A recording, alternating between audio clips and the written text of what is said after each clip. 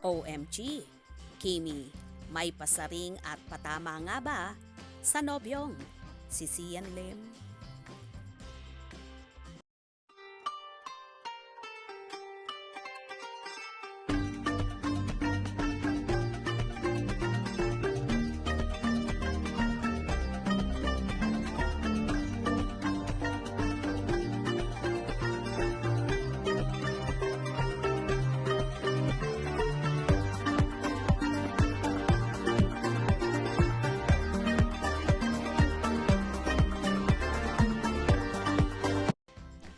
Naintriga ang mga nakabasa sa post na may pahayag si Kim Chiu tungkol sa pag-i-invest ng time and effort sa failed relationship. Sino at ano raw ba ang pinatutungkulan niya sa pahayag niyang ito? Sabi kasi ni Kim, lower your expectations kasi if you expect too much from that person, at the end of the day, ikaw din ang masasaktan. Life goes on. Tingin ka lang ng diretso kasi ang haba-haba pa ng daan.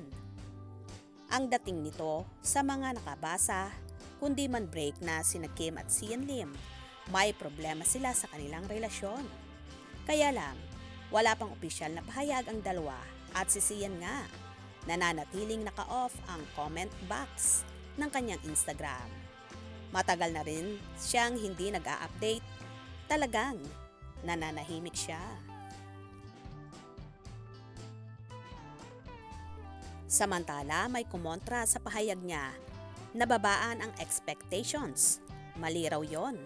One must not lower his, her expectation at manatiling mag-set up ng high standard pagdating sa pakikipagrelasyon. Kahit wala pa nga silang opisyal na inaamin, may nagsabi na kay Kim na good decision ang ginawa niya. Para raw kasing walang plano si Sian to level up their relationship. Well, hindi naman talaga maiaalis, lalong higit sa tagahanga ng Kim C na mag-isip ng di maganda, lalo na nga't sa tagal-tagal na ng relasyon nila na almost 12 years na. Ay tila ba wala pa talagang plano ang actor-director na pakasalan si Kimi, na siguro kahit sinong babae inaasam ito. Lalo na't sobrang tagal na ng kanilang relasyon. Marami nga ang umaasang Kim C supporters na sa simbahan na mauuwi ang lovebirds. At dahil dito, sa walang linaw na hiwalayan ng dalawa, lumalabas tuloy ang pagiging mamas boy ni Sian na ayaw harapin ang totoong problema at pinagdaraanan ng kanilang relasyon. Sa halip, kung ano-anong patama at todo iwas ng aktor na dapat, sinasagot na niya at binibigyan ng linaw ang sa kanila ni Kimi para hindi umasa at nasasaktan ang kanilang mga tagahanga. Kaya Sian, magpakalalaki ka.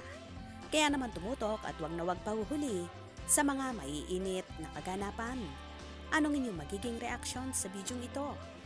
Comment below.